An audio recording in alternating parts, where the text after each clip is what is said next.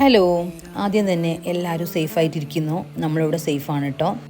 എൻ്റെ വീഡിയോസൊക്കെ കുറേ ഡിലേ ആയിപ്പോയി. അത് വേറൊന്നും കൊണ്ടല്ല, എൻ്റെ നാട് വയനാട് ഒരു വലിയ ദുരന്തത്തിനെ ഫേസ് ചെയ്തുകൊണ്ട് നിൽക്കുകയാണ് കേട്ടോ. ഇപ്പം നിങ്ങളെല്ലാവരും അറിഞ്ഞിട്ടുണ്ടാവും, നമ്മുടെ മുണ്ടക്കൈ ചൂരൽമലയിലൊക്കെ ഉരുൾ പൊട്ടിയിട്ട് ഒരുപാട് കുടുംബങ്ങൾ ഒരൊറ്റ രാത്രി കൊണ്ട് അവരൊരായുസ്സിലെ മുഴുവൻ സമ്പാദ്യങ്ങളും കുട്ടികളും കുടുംബവും എല്ലാം ഒരൊറ്റ നിമിഷം കൊണ്ട് ഒലിച്ചു പോയതാണ്.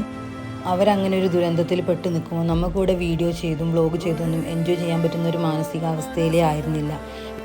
ഒരുപാട് കുട്ടികൾ അറിവിൻ്റെ ആദ്യാക്ഷരം നുകർന്ന GVHSS വെള്ളാർമല എന്ന് പറയുന്ന ഒരു സ്കൂളേ ഇനിയില്ല.